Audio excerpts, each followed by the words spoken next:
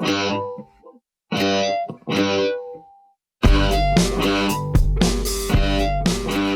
this is Phil. I am on vacation this week. Sky is also on vacation this week. Christian is in town, but she can't do a whole podcast all by herself. So we will be back next week with a new episode. This week we're running a classic from the archive. So enjoy this week's episode, and we will see you again next week, tanned, rested, and ready for more.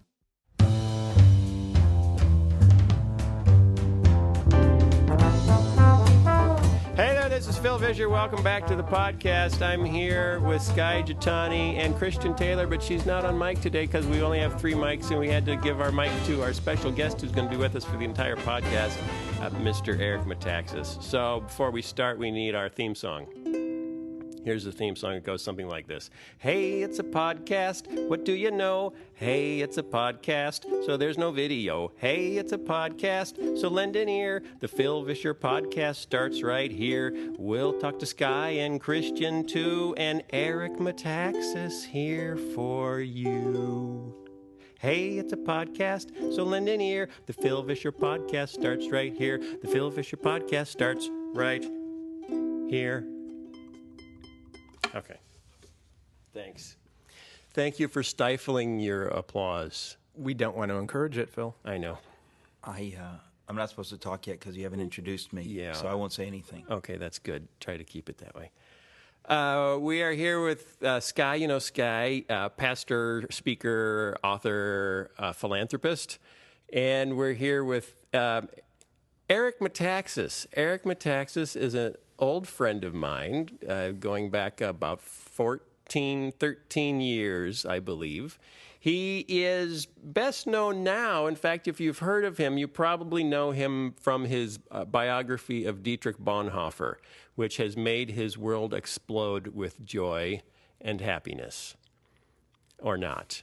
But he actually does much more than that, and we're mostly going to talk. He's here. He's in town. He came out to be on the talk show tonight. We're filming another test of the talk show, but we thought we'd do a podcast while we was here. So, Eric Metaxas, welcome to the show. Well, thanks for having me. I can't believe I'm here. I can't believe that that you're really named Sky. Did your parents name you Sky? Oh, you want that story now?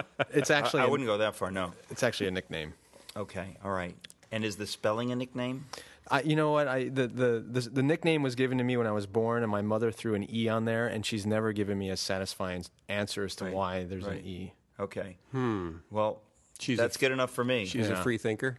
Something like that. Or a It free is an speller? interesting story, which I will share with you at some other point, but I don't want to take Okay. attention away. Right. 'Cause I'd like to have a podcast, and I can have you on, and we can talk about that. Sounds good. Okay. Deal. that's a great idea. Does that mean I'm out?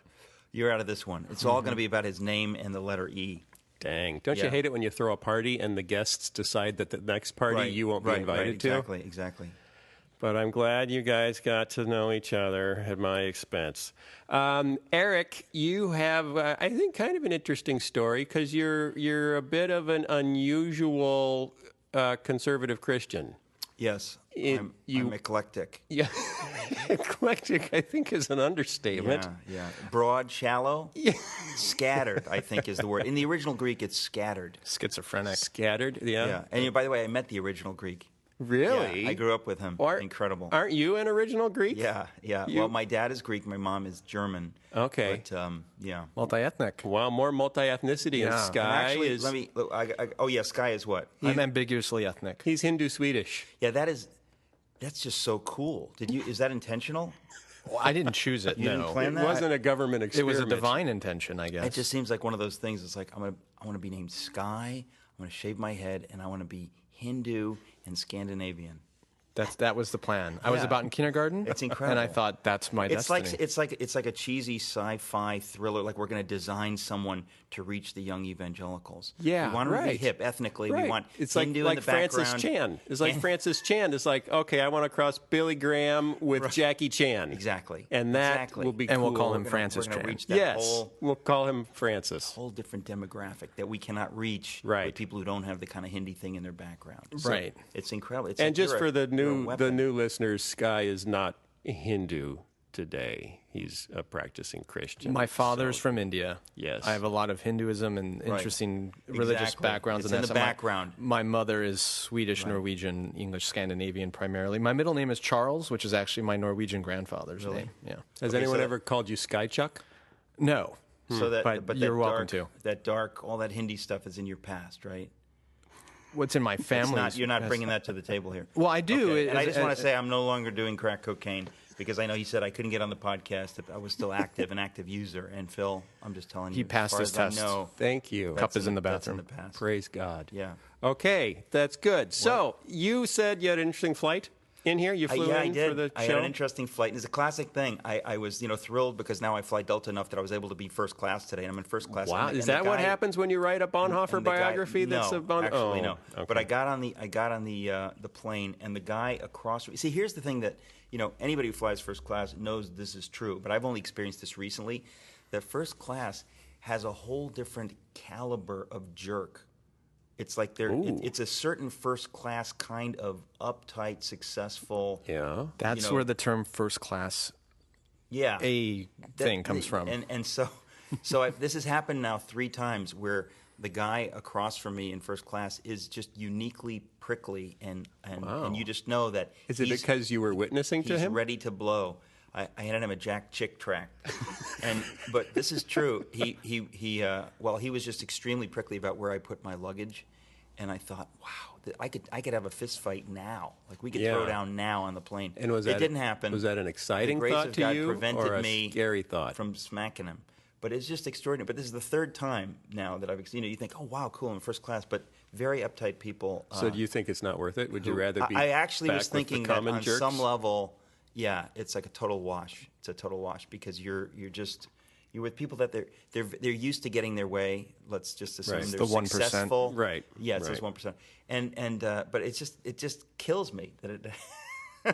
This morning I thought, here I am in first class with a first class jerk. Yeah. jerk. Well, Anyway, that's why Phil and I only fly Southwest, which is like Soviet Airways. right, We're right, all right. one class. Free of class. Well, free. we're all in it There is together. No thank class. God Almighty we're free of class. Yeah, and nobody owns the peanuts, so they're Right, common. right, You take right, what you you just want. take 'em. Yeah. Okay. You went to Yale. I did go. Where'd to you Yale. grow up? I grew up in Danbury, Connecticut. I was born in Queens. That's where my grandfather was from. In Danbury, Connecticut. Charles, my No grandfather. one's from Danbury, Connecticut. What's the last name? Well, he was adopted, but his adopted family's name was Dunn. Really? D-U-N-N. You know, they owe me money. That's not true. But the fact is that Danbury, Connecticut, it's a working class town. It's just far enough from New York City that it's out of the gravitational pull. Like when Okay. you think of Connecticut, people often think, you grew up in Darien. I said, no, not Darien, Danbury. Total working class, middle America.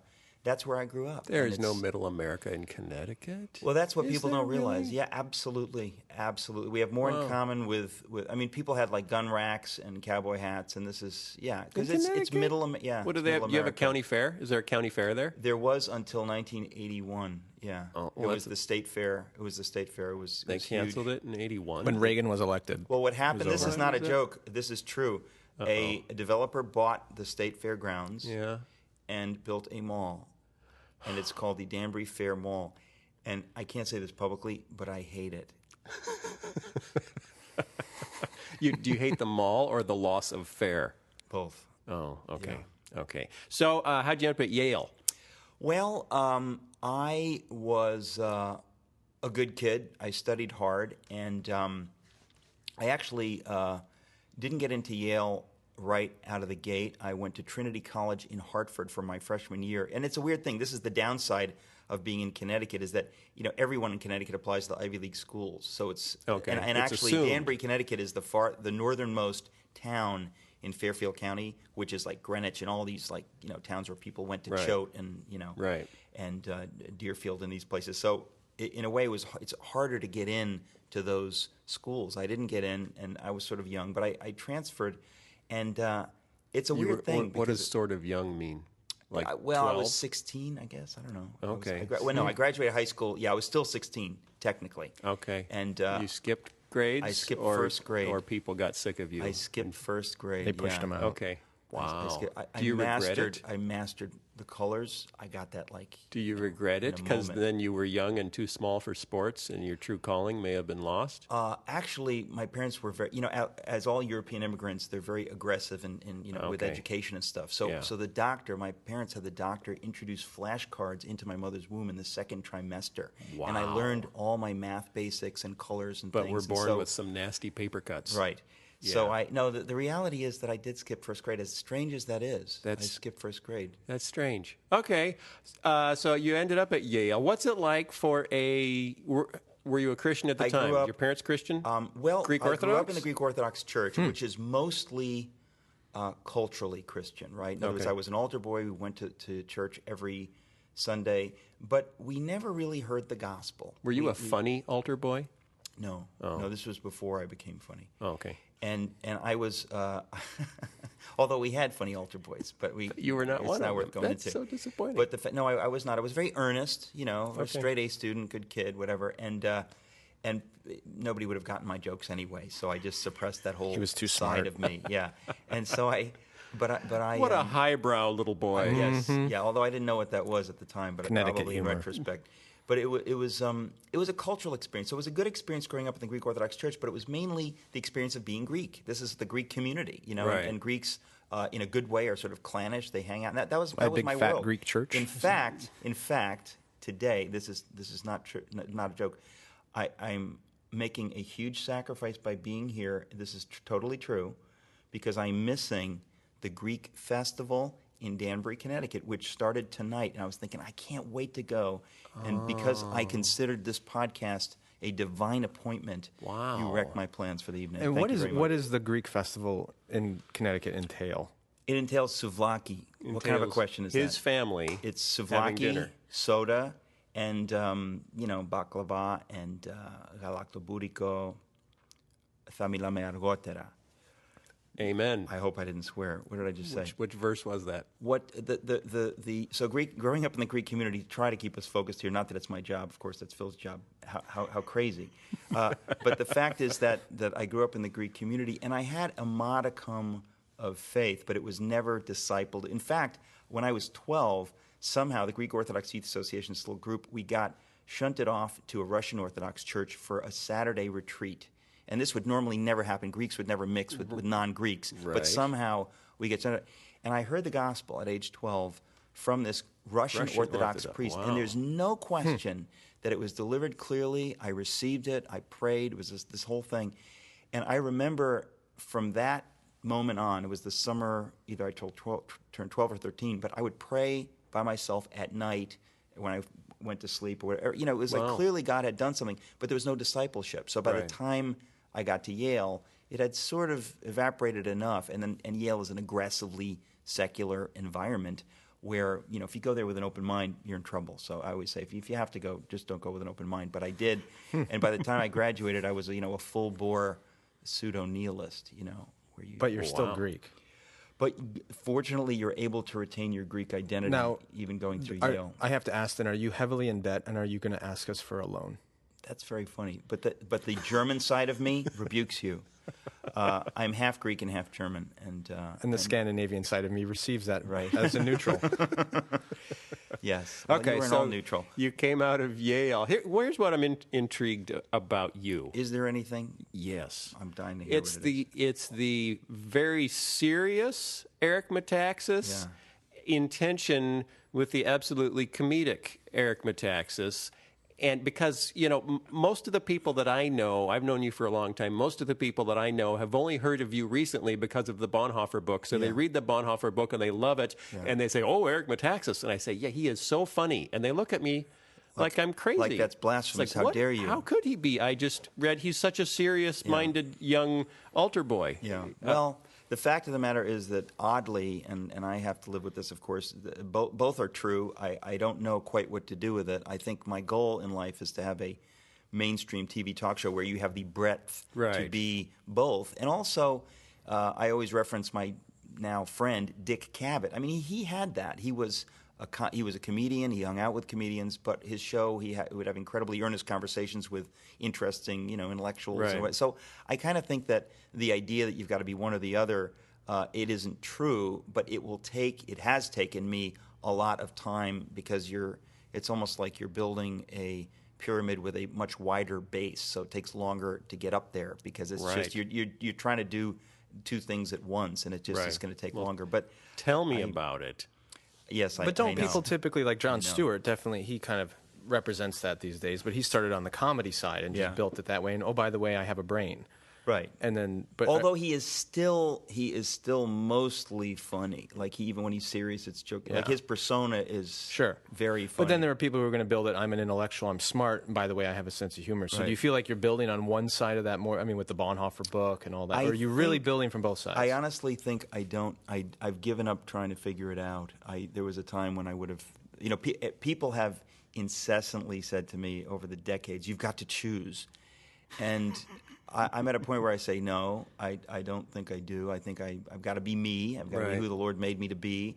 And the Lord will direct my career. I certainly never planned to write a biography of Dietrich Bonhoeffer. It's See, not, the that was first part of thing my- you wrote that I bumped into was your parody of Ripley's Believe It or Not. Surely my finest book. Yes. And in all seriousness, I am so proud of that, and no one That's- knows it exists. If anybody goes to my website, ericmetaxas.com, let Yes. me say that again, ericmetaxas.com. If you go to ericmetaxas.com, then you see you missed it. I knew I would get you. Then you That was a will head fake. see Nonetheless. on the right-hand side it says "Daily Don't You Believe It." Oh, really? And every day on the website, there's a page of that book posted because Wow. we have to explain, Phil, because I'm very proud of this, and people don't care about this, but I have to talk about this. But Ripley's Believe It or Not, when I was a kid, they were these goofy paperback books with insane Right. facts. Right. Like, the Caliph of ancient Turkestan who had 3 eyes or whatever it was, right? Or 2 pupils in each eye or some insane fact or whatever. And it was right on the border of could it be true? Right. But theoretically, Ripley's Believe It or Not Believe is it true. or It's not. true. But I wrote a parody of this. So this is kind of like trying to parody the insane. Right. It's a very high degree difficulty dive. And also, so everybody also called thinks, Congress. Everybody, I have no idea what that means. But go ahead. No, but so the fact is that I think that everybody thinks they can do that. Yeah, But I've seen no, many that was bad hard. parodies of Ripley's Believe It or Not. But I think that Yeah. I wrote one that anyway, I'm very proud of it. And yeah, you can probably get used copies on Amazon. Do you own it? .com. Do you own it? Does it have the rights reverted? Could we reprint it? Yes. Can we Well, do this a is whole why I need you website in of my it? life, because I would like to Yeah. build a You know what? business around this Yeah. insanity. I've You got a just whole did- other you did book one that I book. wrote. It's only one book. Well, yeah, just to finish off, so in 1996, St. Martin's Press said, yeah, we'd like to publish this. And we got an illustrator who did a great job, Mark Dennis. And so it's a book of untrue facts. Everything in there is Right. a lie, except it really is Right. by Eric Metaxas. Like the group, this is the only one I remember, the group of French chefs who escaped the invading Nazis. Oh, no, don't say it. Don't say it. I'll give it word Yes, for word. that's my This is favorite one. literally the first one that I wrote, and so we put it on the cover. I wrote this in 1985 on the steps of Widener Library at Harvard. I was sitting there with a friend from Yale, and we said, we should write a parody book. Well, let's see if we can parody Ripley's Believe. And the first one we came up with, which is probably the best, is in World War I, chefs under siege in a mountainous region of Switzerland buttered an entire mountainside and slid to safety. I'm sorry. You didn't have to laugh. But it's so Still stupid. makes me laugh. But if you I first read it 14 years ago, and I'm still laughing about it. but if you Butter the know, mountainside. and then it's dash bold italic and slid to safety exclamation Right, point 'cause But- that's how but- they did it. And then there's also Pokey a slug with ESP and whatever that's on the cover. The Ursine Abbess. Trained to ring the bells as a cub in 1542. She rose in the ranks of the order to become Mother Superior of the convent. She was killed by poachers in 1549. She's a bear. It's a bear. a bear that The Ursine Abbess. Yeah, trained as a cub to ring the bells. Anyway, the point is it's a book filled with non-facts. The bells. And, of course, it's sold extraordinarily, Edgar Allan Poe, it's sold Yeah. extraordinarily poorly. Yeah. And because Irma Bombeck was competing with it.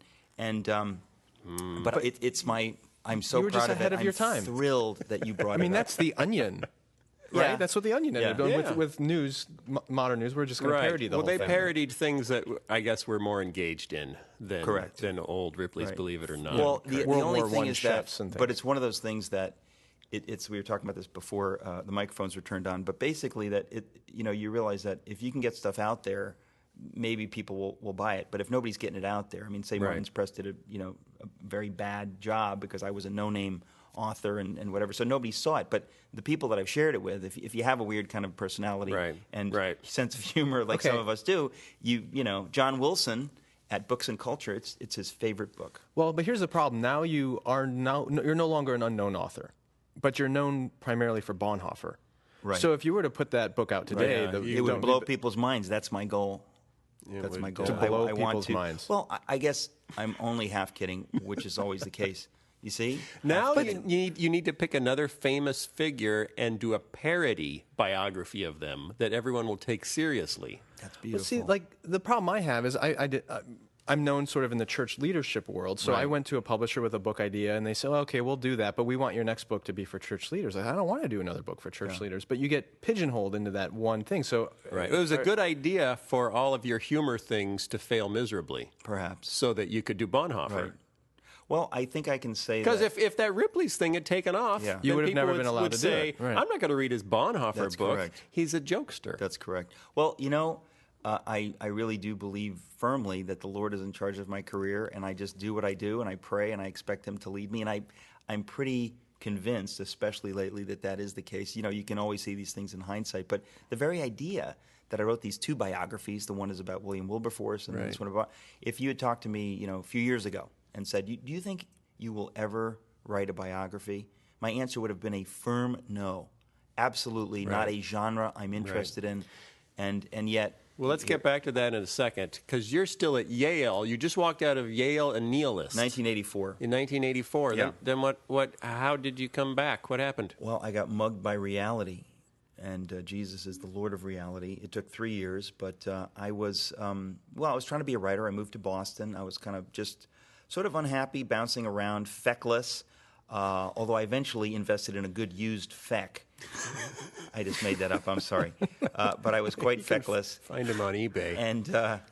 And I was, eventually things got so bad. I mean, I'm trying to be a writer. I wanted to be a literary writer in the... Serious in at that point, or Yes. parody? Well, this is the thing. While I was at Yale, you're quite right to ask, because while I was at Yale, I was the editor of the Yale Humor magazine. Right. So I was developing that side, and that really was when I sort of became funny and understood Okay. that, yeah, I can be funny. So your first excursion into funny was editing the Yale Humor magazine. Well, was hanging out with the group of people who did that, and so it's almost Okay. like I developed the talent was always there, but there was never an audience. There were never friends that were on that wavelength very much and stuff. So Right. it kind of, I would say, it blossomed at Yale. So here I am, interested in writing humor and funny stuff, but I was also very serious about literary fiction, and I thought I want to, follow in the footsteps of Faulkner and Gabriel Garcia Marquez and John Cheever and John Updike and my heroes in that vein, Thomas Pynchon, whatever I was reading. I wanted to add to the canon of Western literature, and I was very serious about that, very intentional about I want to write a great novel. And so I graduated, and how do you become a writer? Well, there's no plan. It's not You like write. doctor, well, everyone says that. But practice. I was, as I am now, as we now know, I was all over the place. And so it just didn't work out. And I ended up, although I got a number of accolades for things, I sold a couple of humor pieces to the Atlantic Monthly, and I got reasonable encouragement, but I ended up moving back in with my parents when I guess I was about 24. And of course that was bad, because if your parents are European immigrants, don't move back in with them, right. because as far as they're concerned, they didn't get to go to college. You went to Yale University. Maybe you should have a job and be Right. helping support the team. And they should move in with you. And they should move in with you. So it was a tough year, and it was so bad that I was open to God in a way that I wouldn't have been at another time. And I got a really menial job as a proofreader at Union Carbide in Danbury, Connecticut, which was like, I think the Aramaic word is Gehenna. Or maybe that's the Hebrew word. It's Gehenna. Yeah. The pastor laughs because he understands what Yeah, it is. I don't- Sorry. So you explain that to Phil when Seminary we go to humor. a commercial I break. don't- But I don't but get the it. bottom line is it was a horrible time, and this man who was a born again believer began to share with me, and it was interesting because I was in enough pain to say, But he wasn't keep Russian. talking. No, I was like, keep talking, but no, I don't want to pray with you. No, I don't want to go to church with you. I was so inoculated against being a serious Christian through my secular Yale experience that I didn't want to be near these people, but I was in enough pain to say, but tell me more, but tell me more. And that went on for months. And then one night in this process where I'm living at home, I'm miserable, and this guy's sharing his faith with me, I had a dream. And I was sort of moving incrementally toward faith, but there was no way I was going to get there. And then one night, all I can say is the Holy Spirit, came to me. Theologically, we know that we can't get there, but he comes to us. And it was one of those dreams that it's a long story. If you want the story, you have to go to ericmetaxas.com. Sure. And if you go to Angel got his ericmetaxas.com, wings. you can, on the right-hand side, right under the Don't You Believe It thing, Yes, you is the click it. video Can. of my conversion dream. But it was a mind-blowing dream. Jesus came to me in a way that, Wow. again, it's too complicated to explain. But I was dramatically born again, literally overnight, changed everything. And that led me through a genuine miracle to get a job with a company called Rabbit Ears Productions, writing children's books. And I was not. And they wrote great I was children's not books. interested That in was a- writing children's books, but the Lord led me dramatically, sovereignly to do this. And of course, what I discovered in writing these, they're sort of like adaptations of folk tales and that kind of stuff. It's almost like I realized that that's closer to my voice than trying to write an Ann Beattie short story for the New Yorker or whatever was in vogue in terms of fiction at that point. And so I started writing children's books, which of course at some point led me to VeggieTales. Right. Strangely And, but where enough. did Breakpoint come in? Breakpoint was before. Well, I was. So then I became a Christian, and now I floundered as a Christian. So we know that one flounders differently as a Christian. Sure. And I was well, I shouldn't say that. For 4 years, first of all, I worked for Rabbit Ears, writing all these children's books, and I kind of got involved in, media, TV, film scripts. Nothing ever got produced, but I began nibbling around that world, and so it kind of launched my children's book writing career. I've written 30 children's books by now, I guess. And but then I was in '96. I got married, and right around that time, I decided I needed a real job, and what can I do? And so I got a horrible job, working as a copywriter for an ad agency in New York City. And the ad agency is gray advertising, and it's known in the industry to Right, be sure. genuinely gray, creatively gray. Everything that all the really creative organizations don't want to do, Yeah, it goes like they'll do. to Like them. Red Lobster will do it. Like X-Lax will do it. Whatever you got, we'll do it. Okay. So I wrote one TV ad in a year. One ad that got produced, got put on TV. Wow. And the brand was X-Lax. Thank you. Wow. So, It's yeah, like a Mad I Men wrote- episode. I'm sorry. So I Wow. wrote an X-Lax commercial, but it was the worst. That must have been kind of the pinnacle. It was so bad. Were your parents proud? No, that's funny. That's funny. You're a bad man. No. So They- it was a horrible year working in advertising. And one day I get a phone call from Breakpoint at the Chuck Colson's ministry, and I so admired Chuck when I first became a believer in And 1988. how did they hear about you? It wasn't the X-Lax I'll ad. tell you how they heard about They me. were big X-Lax fans. Once, Yeah. once They had writer's block. in 1993 or 4 or 5, someplace around there, when I was living in New Canaan, Connecticut, I heard that Chuck Colson was going to be speaking at Yale University. Now, I graduated Yale in '84, but was only about 45 minutes away, and I said, Yeah. I have got to hear Chuck Colson. I so admired him. I'd read his book. When I became a believer in '88, I started to read everything he wrote, and it was just a dream that I could get to hear him and maybe meet him in person. So I went to Yale. It was actually at the law school, and I heard him speak. And I was so excited about this that I wrote a letter to him and put it in one of my children's books for his grandkids. And I, as he was leaving, I Okay. thrust it at him. And a week later, I get this glorious letter from Chuck Colson thanking me for my letter and just saying that he would sort of keep me in mind in the future. Our paths may cross or whatever. And sure enough, about 2 years later, I got this invitation to apply for a writing job at Right. Breakpoint. They have editors and writers, a whole editorial team. And I thought, this is a dream come true, to get to work with my hero, Chuck Right. Colson. I just loved him so much and admired him. Did he and invite you respected to him. bring your humor? No, I had checked the humor at the door. Yeah. Yeah, it's a pretty serious It's pretty operation. serious, yeah. And so that was, but I worked there for 2 years. Yeah. And then the Lord appointed a tomato to. Do you remember where we met? I think we met at the launch of. It was like at Universal Yeah, Studios. it was at the Hard Rock Live, What town was that? Orlando. Orlando. We were in Orlando. Yeah, that's at right. the Hard Okay. Rock Live, Yeah. and it was the premiere of Larry Boy and the Rumor Weed. That's right. By the way, we met because of, I think, Bill Haljan or somebody. I think it was, but I don't even remember how I met. Yeah, I don't Bill know how you Haljan. got invited I have no there. idea. Now, Bill's the pants guy, right? Bill's the pants Bill's the guy. pants guy. Yeah. And Yeah, although we're wearing pants, just to be clear for the audience. Yes. But Bill Is the it was funny pants. It was Right. Bill, but I don't remember how that happened. Somehow people how you were got- saying, and I had no as much as I admired VeggieTales at the time, which I certainly did. I had no ambition to work for VeggieTales or anything. I just thought, well, whatever. I'm writing children's books and stuff, and of course I left Breakpoint and that incredible ministry salary to work. I got such a good salary at VeggieTales that it brought Big Idea down. It's like the whole thing went bankrupt.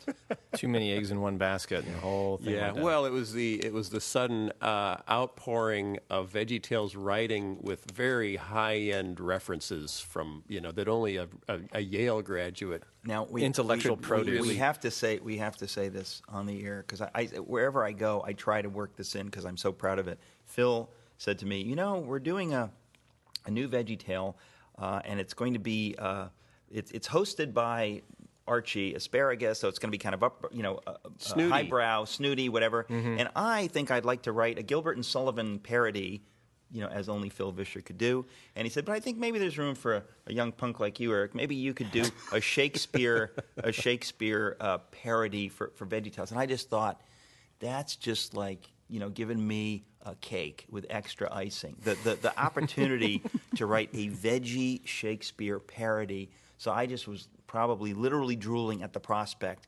And of course, I came up with the now famous Omelette. Hamlet omelet parody. Yeah. So I'm so proud of that. And everywhere I go, I try to tell people I wrote the Hamlet omelet parody, and they often cheer. I'm sure they But do. not as loudly as when I say I'm the narrator on the Esther video.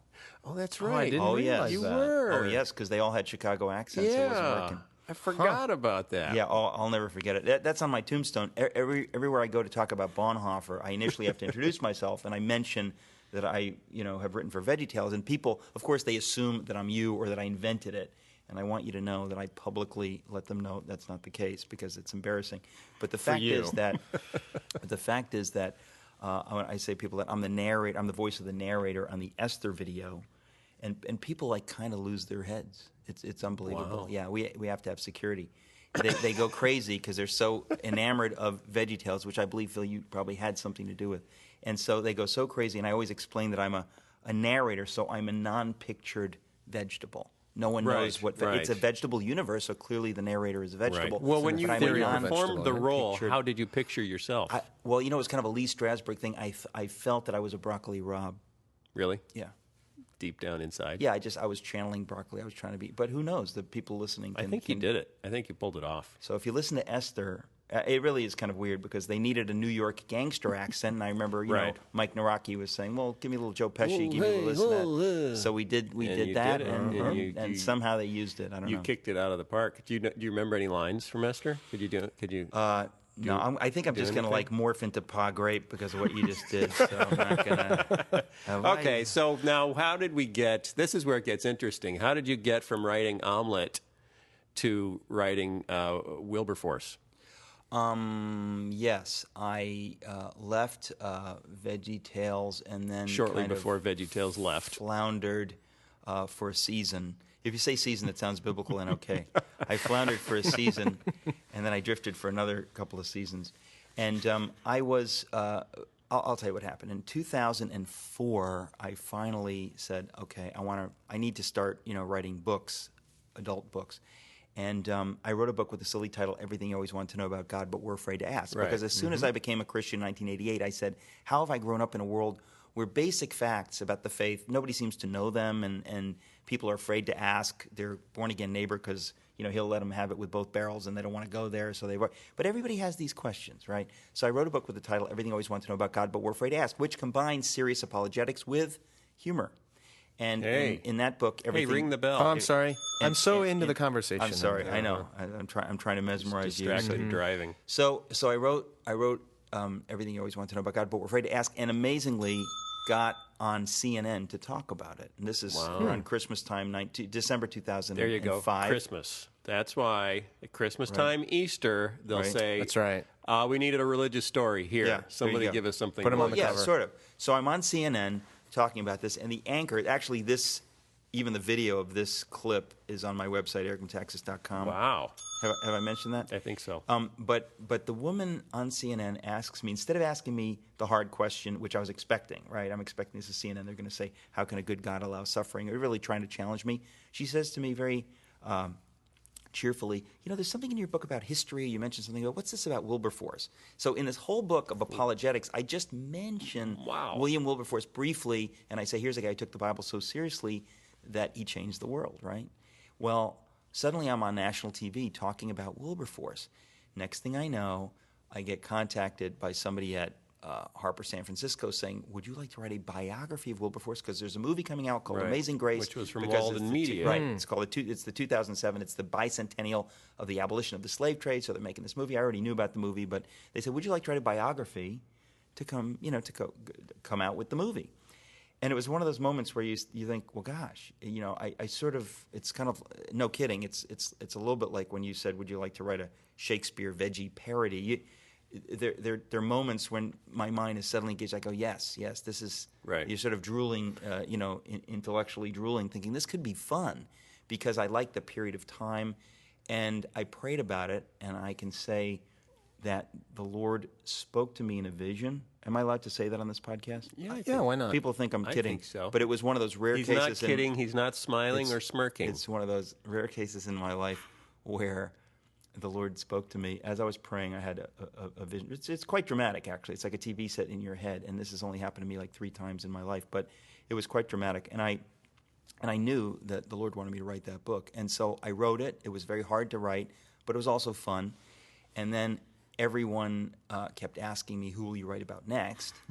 And if you hear that often enough, you think, well, maybe I should write another biography. Right. And Now, that's what led to the story of Bonhoeffer. Did the Wilberforce book do well enough? Did you get any checks in the mail? No. Oh, okay. No, I wouldn't go that far. But before you wrote Wilberforce, was he a strong interest of yours? Oh, absolutely. No, Wilberforce and Bonhoeffer are just two of these names, people that on a very surface level, I knew who they were, I admired them, but I knew, not so much. But I knew enough to know that these are people that maybe, I would... I know in the Bonhoeffer book you mentioned your family background and your interest in this topic and all that, but I have to confess I have not read your Wilberforce book, so I didn't... Very few people have, and let me say this, it is everybody who has read both, half of those people think it's better than Bonhoeffer, Really? and the other half think... But yeah, I'm hugely proud of the Wilberforce book titled Amazing Grace. William Wilberforce. I kind of thought when I first saw it come out, I kind of thought it was a novelization of the movie because they were marketed together. A lot of people thought that, and it is dramatically not the case. In fact, I went out of my way. I didn't even. They sent me a copy of the movie script, so I didn't even want to know. I just said I want to write a bona fide biography of this great man, and I used almost all original sources, and I am hugely proud of that book. And I'm proud of the writing in that book, and that's part of what made me, drool at the thought of it. I thought to exercise my literary muscles, to be able to write a kind of literary biography that tells this story, that tells it, well, I'm not an academic, I'm not an historian, but, I can write. And I really felt that this is an important story, and I'm tremendously proud of that. And I'm happy that people from Bonhoeffer, they say, well, what else has he written? A lot of people are now reading Amazing Grace because they like Bonhoeffer. Right. I'm sure Phil has not read it because he only reads books that he's mentioned in. What? I've read Bonhoeffer. I didn't read Amazing Grace. Actually, Amazing Grace is much shorter, and it just happens to have a happy ending. Bonhoeffer is lengthy. Yeah, it's substantial. And it gets very dark. Some would even say long. But actually, it has a some would. It has a happy ending. Amazing Grace does, and I saw the movie. It's a quicker read. So I figured that's. Well, actually, that's the point. Is that what I was just going to say is that the movie, when the movie came out, I thought, okay, it's decent, but because it's a movie, they can't go into so much stuff that is so key to this man's life, and I get to write about it. His conversion, it's unbelievable. All right. I wrote about it. I need to write the book. Read the book. Yeah, no, I've written it, but you can just read it. But actually, it is one of those things where there's so much key stuff. I mean, his what was called a reformation of manners, which had nothing to do with the slave trade. It was kind of like he wanted to Right. change the culture, Right. like we've talked about. That alone is a primer for Christians who want to, Right. change the world. Well, I'm in the middle of, and I'm rereading it, Neil Ferguson's book on the rise and decline of the British Empire. There's a whole chapter of that book devoted to the Clapham sect. There you go. You know, which these were the people that changed the morals of the Western world. But even that, I mean, a lot of people are amazing. wanting to change the culture nowadays. But with Wilberforce, and this is picked up a little bit in the movie, it's much more substantial in his biography, is he was sort of a mystic. I mean, he was about deep communion with God as the foundation, out of which then came Right. cultural Well, engagement. I wouldn't say he was a mystic just because there's some connotations Well, there. yeah. He was no Meister Eckhart, and I just wanted to. Is that the secret word? Do I get $100? Ring the bell.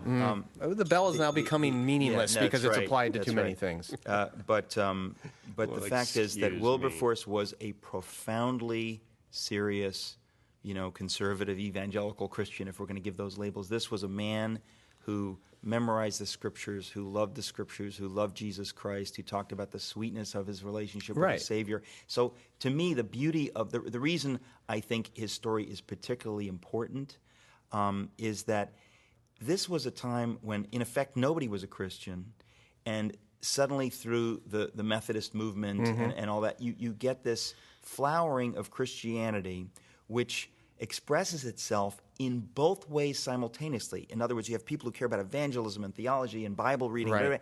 and at the same time, they're doing good works. They're helping the poor. They're working in politics to abolish, or to have better child labor laws, and on and on and on to prevent cruelty to animals. Both go together. And for so long in our, more recent history, in the last 100 years, there's been this division Right. where you have some people say, I want to focus on evangelism, and you have other people say, I want to focus on the social gospel, I want to feed the poor, but I don't care if Jesus actually rose from the dead. Well, biblically, you don't get to choose. The gospel is inevitably both together, and at the time of Wilberforce, you see both together. And then that's really instructive. But what I find most intriguing is, especially as I get around the country today, I hear a lot of young people they're very activistic. They want to end poverty in 30 days, and they're going to change the culture, or maybe they're going to evangelize the world, whatever their activism is. But for them, at least my cynical investigation of it, I then begin to ask them, well, tell me about your communion with Christ. That's the point, yeah. And it's hollow. It's not there. And they're building all their significance into their activism. But with Wilberforce, you see it's profoundly central. That's right. And out of that erupts this amazingly beautiful, holistic Christian engagement with the culture. So we don't It's the just... best of liberal and conservative together. I mean, we've been forced to choose in recent history. We've been given this false choice, and the fact of the matter is that at the heart of the gospel is always both. And the fact that you can pull one out and say, well, I like this, but I don't like that. Like, I want to sleep with my girlfriend, but I want to, be involved in human trafficking, abolishing. I want to do hip stuff that Christians do, but I'm not going to take this other stuff too seriously. Well, you don't get a choice. You're forced to deal with both. And anybody who thinks I can just do evangelism and theology, but I don't care about the poor, either one is a false choice. Wilberforce, to me, is just a glorious example of both together, and it led to a whole movement. I mean, I dedicate the book to the Claphamites of the 21st century, that people who are going to get both and are going to understand that what you do should be fueled by this relationship with the Lord, because then out of that gratitude comes this desire to do His work and to bless His children. So I think it's huge. Is that same theme picked up I read Bonhoeffer, but it seems like that you To brought some that extent, theme into yeah. that book as well, that this was part of Bonhoeffer's experience, that it was a more... even the way he engaged Scripture, the way he taught his students to engage with God, it was somewhat different than the popular German view. Yeah, at and the time. the word would be holistic, like you just said. I mean, which I hate because it's kind of a buzzword, but it's the word to understand that it's integrated. It's both. You don't get to be, highly theological, but then people say, well, I don't see it in your life. The two have to be one. And Bonhoeffer's theology, in a way, you could say, was that your life is your theology, right? That if you cannot translate these highfalutin theological ideas into living for God in this dirty world, then they're just ideas, they're meaningless, and you're a hypocrite. Right, It's just fig right. leaf ideas Right. to cover up the fact that you don't. And if I'm recalling, it was when he went to Barcelona and became essentially a youth pastor in some capacity that he began to wrestle with how do I take this academic training in theology and actually apply it to the lives of the people I'm called to shepherd. That was part of it. I mean, I think that it's always there with him in a way, but there are moments. You're Yeah. right. The Barcelona thing, he starts working for the first of all, for the first time, he's away from home. He's like 22 and he's away from home, and now he's dealing with indigents, poor people, criminals. You know, he's kind of wrestling with that as a pastor, as a young pastor, and it forced him to deal with that. But even before that, he loved to teach Sunday school. He really seemed to get this idea that it has to be both together. And that's all through his life. And that, to me, is what makes him such a towering figure. And I think that probably the reason some folks who are maybe theologically liberal didn't like my book is because, in a funny way, I would argue that he's been misrepresented for decades as somebody who was not so serious about devotions, about praying, asking the Holy Spirit to speak to him through the Scriptures. All of that stuff they sort of ignored, or many people in the Bonhoeffer academic world kind of ignored that side of him. But you realize, as with Wilberforce, the two were one. Right. What Right, fueled right. his ability to heroically stand up to the Nazis was his love for Jesus Christ. And to say, to not see that is kind of to miss everything, Right. I think. Right. Okay, so speaking of towering figures that you're fond of, Chuck Colson recently passed away. For a lot of kids out there, 20, 25, some of them aren't even familiar with him. What? Some of them haven't even heard of us. It's unbelievable. They haven't heard of anybody. Right. I guess from your perspective, what should someone know about Chuck Colson? Well, Colson, when I came to faith in '88, I just remember kind of finding out about Colson and being so blown away. Colson was a bad guy in the Nixon administration, a hard-hitting, kind of combination of if you could think of the worst caricature of Karl Rove and Don Rumsfeld and Kissinger and Dick Cheney, right? Somebody All like Republicans. that. Yeah. Well, I'm just doing that for the hipster Christians Right. listening to this Right. podcast, right? And so the fact of the matter is that he was all that, and Watergate happened, and he was at the pinnacle of power at age 40. He had an office next to the President of the United States. He was this hugely powerful guy. And it all kind of came crashing down around him, and he was dramatically born again. And nobody believed it. People thought, oh, sure, how convenient, Right. what a hypocrite, what a jerk. He's just going to use this to try to get a lesser sentence, from the prosecutor, whatever it is. But his conversion was utterly genuine, and he was just turned inside out, and he humbled himself. What and- bothered me, that the Time magazine eulogy Yeah. basically described him as a man who spent most of his life trying to do penance Yeah. for his early life. Yeah. And there was a tone in that he's driven out of guilt. Yeah. That he's driven out of Yeah. trying to make up for. Rather than gratitude. Yeah. But that's classic mainstream media. They don't get this stuff, so we're going to have to give him a pass, Right. as we've been So doing for the last 80 years. knowing him fairly well, did you find him driven out of guilt? Not even slightly. Yeah. What a joke. I mean, this guy was as profoundly converted as anyone you'll ever meet, as Wilberforce or anybody. This guy was profoundly changed by the gospel of Jesus Christ, by Jesus Christ, and he lived his life out of gratitude for what God had done for him. God gave him a second chance, and Right. he wrote a book called Born Again. He wrote a book called Loving God. I recommend that very highly. Loving God is just a Christian classic. I'll never forget reading that book for the first time. But he wrote all these amazing books, and I, as a Christian, graduated from Yale, and now I've become one of these crazy born-again Christians, and I realized that, you don't have to check your mind at the door. Right. Chuck Colson was a full-blown, serious, devout, earnest Christian who was an intellectual, a genius, very successful in the world. And so I read all of his books. And what do you think he had more impact with, his prison work or the writing and intellectual stuff? Well, I think in his case the two are one, because you have a situation where what gave him credibility was the fact that he's spending most of his time in prisons preaching the gospel to people on death row. Well, he lived that. Okay. And because he lived that, what he wrote, it affected what he wrote. So that was kind of like his church. And that was his congregation. In some ways, And then yeah. he preached and wrote out of there. Yeah. Yeah. Okay, so we should not forget about him. Well, not only should not forget about him, but I happened to be, I introduced what became his last speech. It was just about, 2 months ago now. I introduced him, and he got up, thundering applause, and in the middle of the speech, he had this cerebral hemorrhage. He was taken to the hospital and, never recovered, died, of course, as most of us know, not so long ago, and I was asked to take over Breakpoint Radio, which I used to write for, as we just said a few minutes ago. Now I'm the voice of Breakpoint, breakpoint.org. No bell. Sorry. I thought was there. .org doesn't get a bell. He said But no anyway, bell because it's a nonprofit. Sorry. There's But no anyway, product. There's no breakpoint.org product. is sort of, I'm a sort of nonprofit. commentary. I'm not ringing the bell for you either. You did for my books. Oh, well, they're okay. All right. Sorry. Sorry to Well, I'm interrupt. glad I'm we've all messed scratched the surface in Yes. this hour together. It was awesome. Last thing, do you live in New York? Where are you living I now? live in New York City with my wife and daughter. And is that hard, being It's hard paying the rent. Yeah. It's very hard. Here's a paying the question. rent. Do you think young, bright Christian kids should move to big cities? The answer to that is a simple yes. And I they're think there. that- We've met 'em. I think that, you I'm don't want to. speaking You to don't want to ones that hang aren't out there. Well- don't hang out in the Wheaton area. Your faith will die on the vine. But if you, what God is doing in New York is actually extraordinary. My wife and I feel genuinely called to New York City, and amazing things have been happening in the 20 years that I've been there. It's clear that God is moving. There are churches popping up that I've never been to, never heard of. It's just extraordinary, extraordinary. You may have heard Tim Tebow moved there. Obviously, Jeremy Lin is there.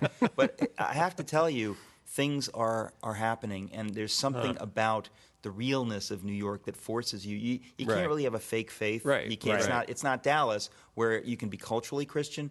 It's you There have to goes count- another Right. region for our podcast. No. Let me just tell you, I love Dallas. I go there just because I love it. I go there all the time, actually. But I'm just saying, New York is not like Dallas. Maybe that's Right. why I love Dallas, because I need, to hang with my peeps who actually believe all this crazy Right. stuff, but and believe in guns. That's me. But I live, I'm a blue state, Yale, horn-rimmed, Tweety. I think you're Tweety. character living in a red state. What? What is he saying? I don't know what that Tweedy. means. Tweedy? Yes, the tweed jacket. tweed. With the elbow. No, not tweet. No, he said Tweedy. Tweedy. But tweet. I'm not as That- tweedy. I think I used to be tweedier, but we can talk Yeah, about that okay. another time. Okay. It's too Tweed. visual for the podcast. Okay. Well, Eric Metaxas, it was great to have you here. Thanks, Eric. Great I conversation. wish we had more time. This is fun for me. Let me trust me when I tell you this. We is should fun. do a Thank talk you. show I would. later on. And you can play the role of Dick Cavett. All right, I'll try. And I'll be me. I'll be Bob the Tomato, interviewing Dick Cavett. Okay, I can pull that That off. could be fun. I recorded a VeggieTales country music album yesterday and this morning. I am jealous. Yeah. And I just have to tell you what the highlight was. Country music. Yeah. Bob the Tomato singing Jesus Take the Wheel.